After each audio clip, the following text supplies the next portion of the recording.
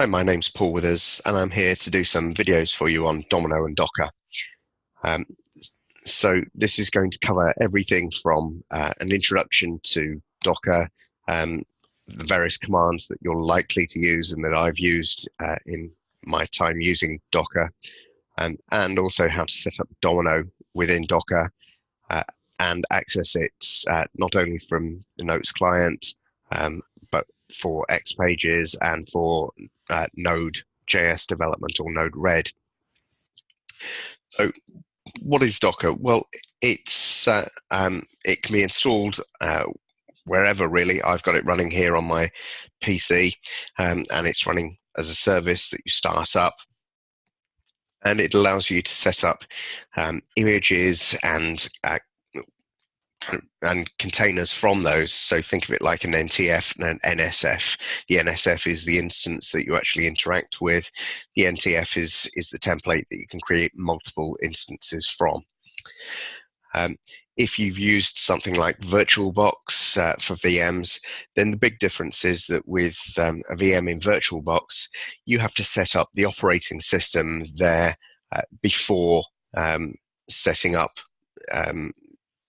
installing any software on it, and you install various pieces of software on that VM. Whereas with Docker, it's much more self-contained. You tend to have one piece of software running in each Docker container, and you allow them to interact with one another, and we'll be doing part of that in one of the later videos. As I say, there are various flavors for it. Here, if we look at the get started, then you can have it running for Mac or for Windows. Docker containers can be either Windows or Linux. Typically, they're Linux, and we'll be using CentOS as the flavor of Linux to be using. It's one of the newer supported Linux operating systems for Docker. Version 10 started supporting CentOS. Is it okay? Well, if we look at Domino applications in the cloud and what's the operating system hosting Domino in DAC, it's CentOS as well. So it's perfectly fine to be used. If you're looking for more of an introduction on Docker, then I'd recommend this video from this presentation from Gab Davis from Social Connections from a couple of years ago. It goes into a much more depth. Where I see it being really very much of use is around dev and test servers. So you're wanting to set up a box or a container and a volume then and have it the same for all of your dev teams. So you're basically setting up a single server and taking clones of it for other users. Another option is if you're working with lots of different servers with lots of different configurations, whether it's for multiple customers or within your single organization, again, you can set them up all separately and have them as separate Docker containers, either using different ports or the same port. It also allows you with a volume to have that data set up in a specific way at the start and just fire it up with a new version of that volume and know that it's going to be the same data. Once you've got that volume, then you can fire up a separate container using that volume that's of a newer version. So you can do that testing very easily without having to do an upgrade. You can easily swap between them and roll them back. So when I got started with Docker and Domino for Domino 10, I used this blog series from Tim Clark, and there were some changes that had to be made for the Docker file, as we'll see. But then Carson Lehman released this GitHub repository that had not only Domino 10, but also Domino 10 with a kind of silent a script support to kind of automatically set up with a server certifier and admin name. I took a fork of that and I pushed up a pull request to add in the app dev pack, to add in Domino 10.01 and the 10.01 app dev pack. And that's what we're going to be using. Looking further forward, there's this repo from Thomas Hampel and Daniel Nashad, which is going to be the future for Docker and Domino. The benefit of this is that what they've set it up is that it will fire up a temporary local Nginx server and use that to download the software from the IBM site at build time.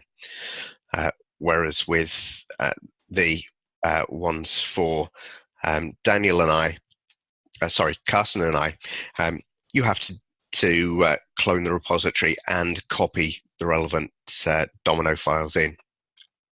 So you clone or download it, unzip it, and then go to the relevant folders. So in the 10.01, for example, there's a resources folder and a 10.01 installer. You need to copy in the Domino Linux install tar file, the zip-top file in there.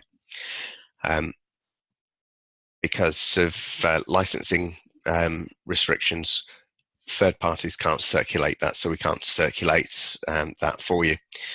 Similarly, with the app dev pack, there's a tar file for the app dev pack that also needs copying into that resources area.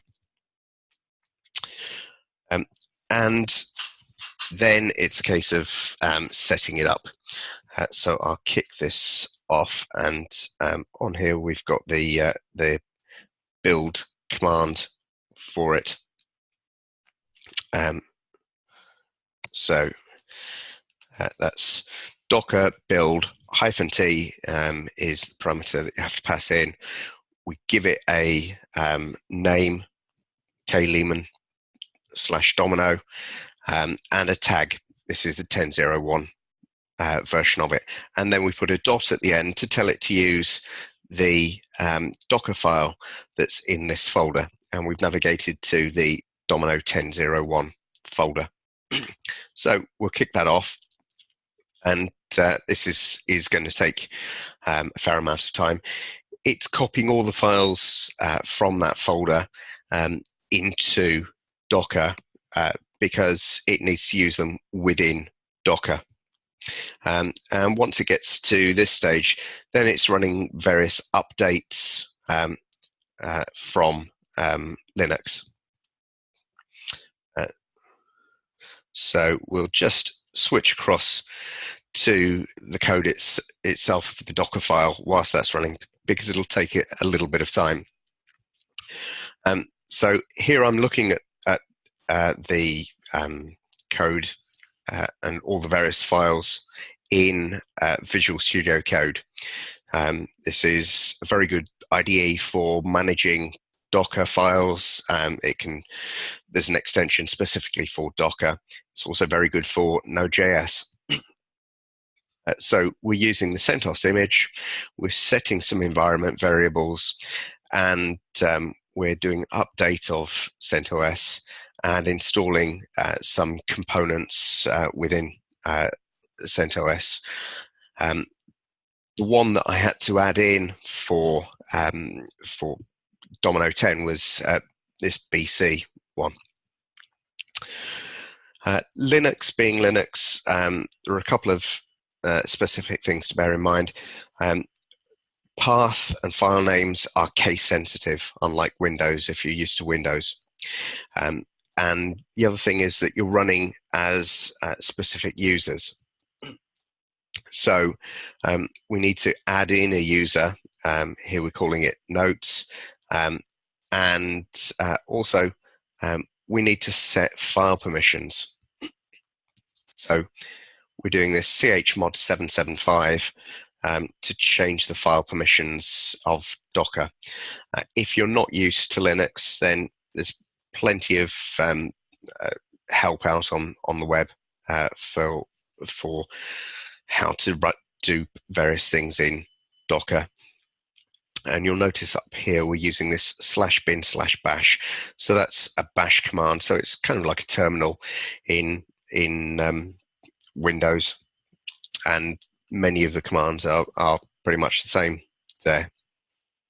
It's also going to make some directories, copy some files across, and most importantly at the end, it's going to expose some ports. Because it's a Docker container, it's, as the name as the name suggests, it's contained. We need to set up all of the ports that are available to connect from the outside world, which in this case also means our PC, into that Docker container.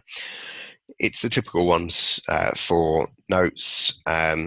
I'm not sure what 25 is, but 80 obviously is HTTP. 443 is if you want to use HTTPS, and 1352 access from notes. Let's just see how that's doing.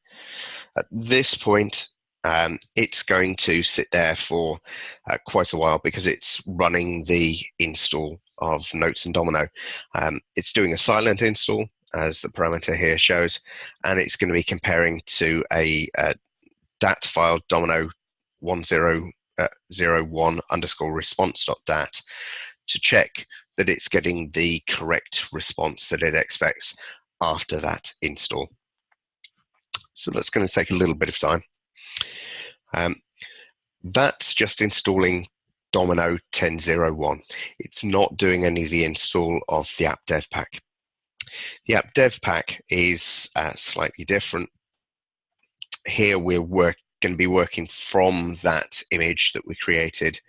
We're going to copy in that tar file and extract it. The tar-xf extracts the tar file and any tar files within it. So it will extract this Proton and add the Proton task into the files, and then we're going to run this setup task, this setup batch file, which is also part of the install files. The other thing is we're also going to expose another port. Now I've chosen port 8085 as the Proton port to use.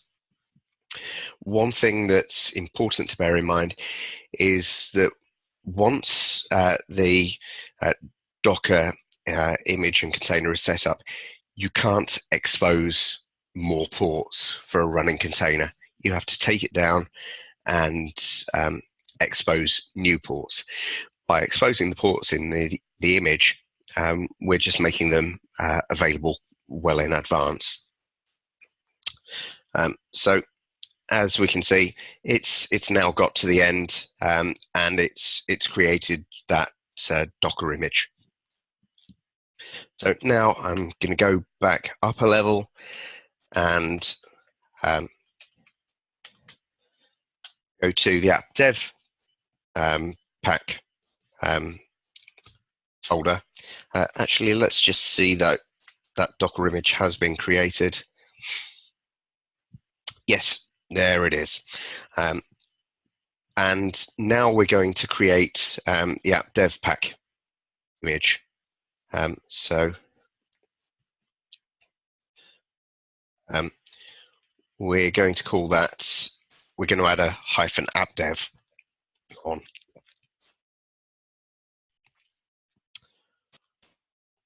So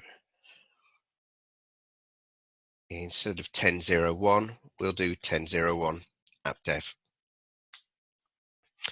And this is doing much less, so it's going to run much more quickly.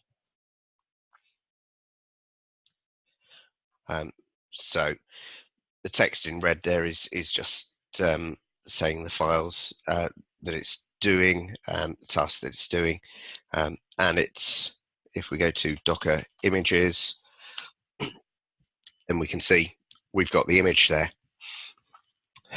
So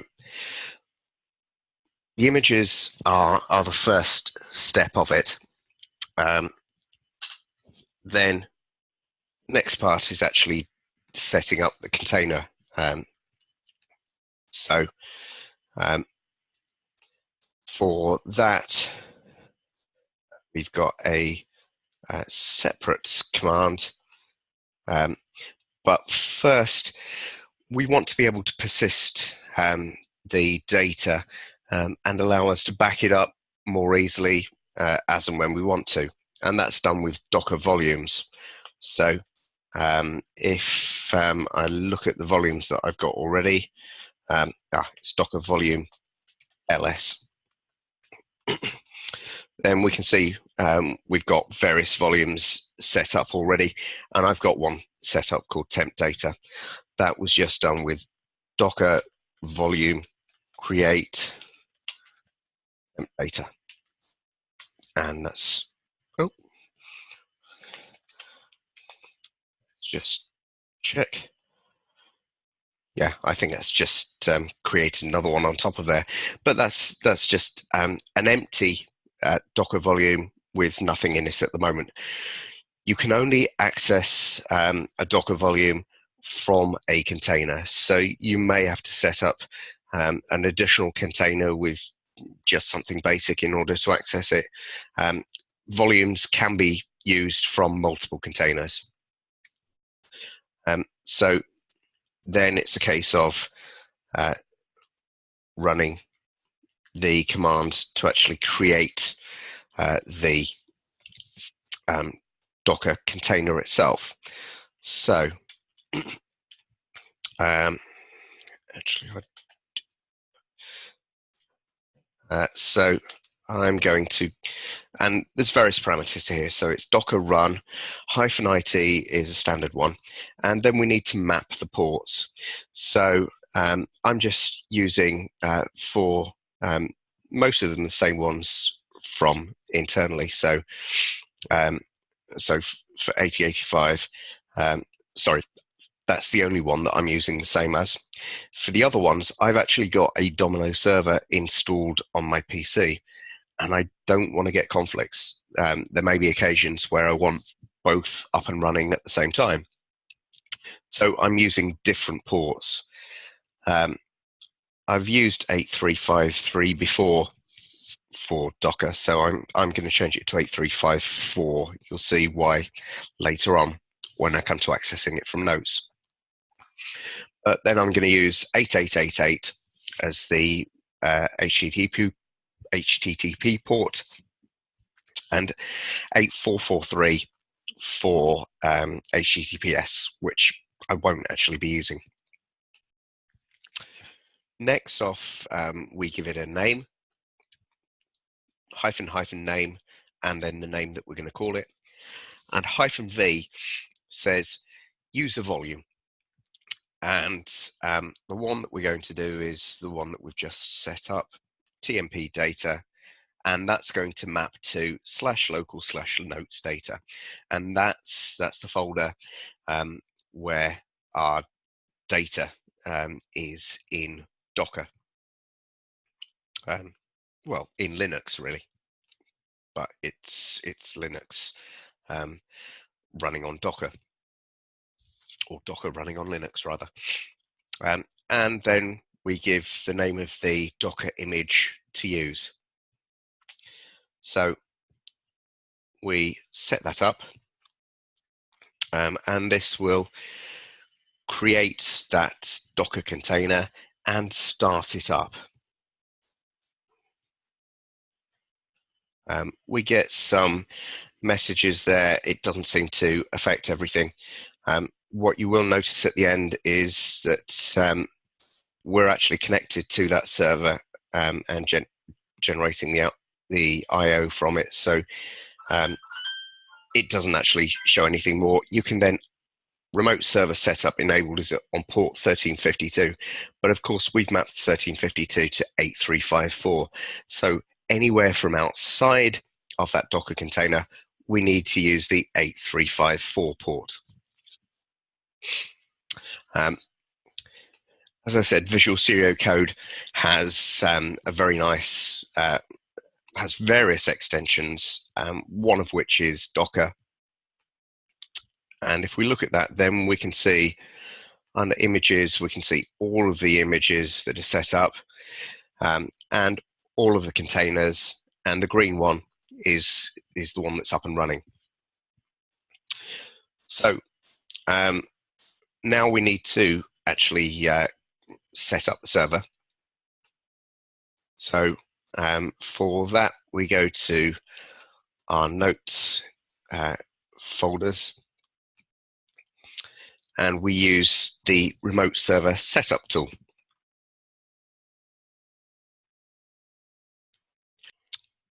Now, this is a tool that allows you to set up a server that's not that you're not physically in the OS for, as we're not here.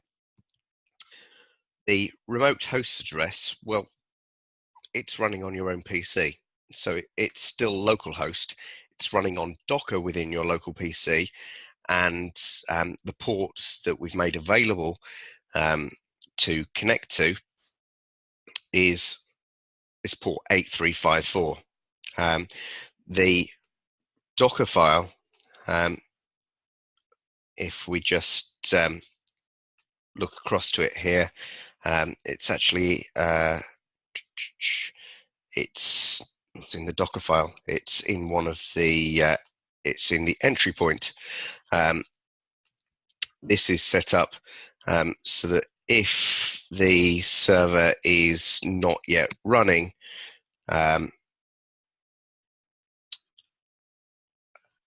then it will use ports 1352, or is it in the init script? It's in.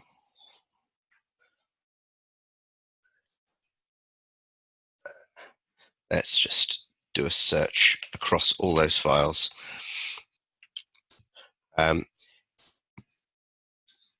It's in the entry point .sh. So if there's a server ID already, then it will run. If there isn't, then it'll start listening on port 1352 for the remote server setup. So we're setting the server up for the first time. So it's on port 1352 that it's going to be listening, which we've mapped to 8354. So if we change this to 8354, run a ping, then this should connect to our server in Docker, which it does. And now we can run through the setup. I've run the setup installer from this PC a few times, so there's some previous settings. I couldn't see anything that was different, but I'll just select no on that. And the server setup goes in. So we just click next on that first one, and we're creating a standalone server. So we'll carry on with that. And we'll call it temp, and call it temp server. And we don't want to use an existing server ID. We're setting this up from scratch. And I'll call it Intech PW as the domain, and set up some passwords. So I'll just use a default password here. and I don't want to use an existing certifier file. Again, I want to set up the cert ID. Domino domain, again, we'll go with the same that we set up back here as the organization name. And I'll set up an admin user and set up some passwords for that. Is it this one? No. We don't want to save a local copy of that ID file. Oh, yes, we do. We want to save a local copy of that ID file to notes data admin ID in the Docker container. We'll set up HTTP on there, and there's no other particular services that we want to set up at this point.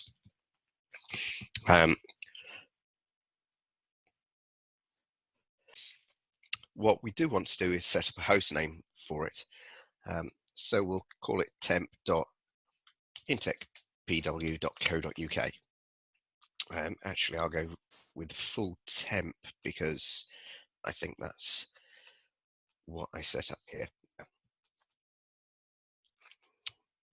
And we'll go with the defaults of restricting access. And I do want to make an additional copy of the ID files.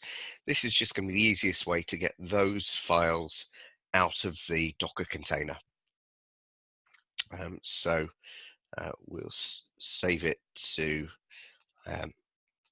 I've just got a temp folder here that I'll save them to. And then we'll set it up.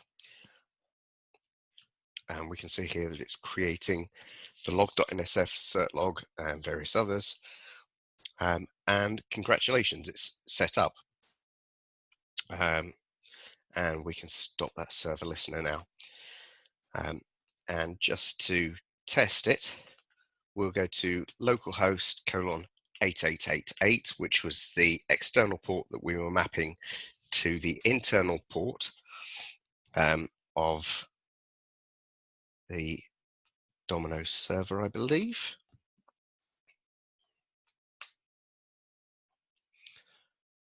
And HTTP is up and running there. So next, in the next video, I'll come back to setting up everything with the server via a Domino administrator client and for Notes client access and X pages.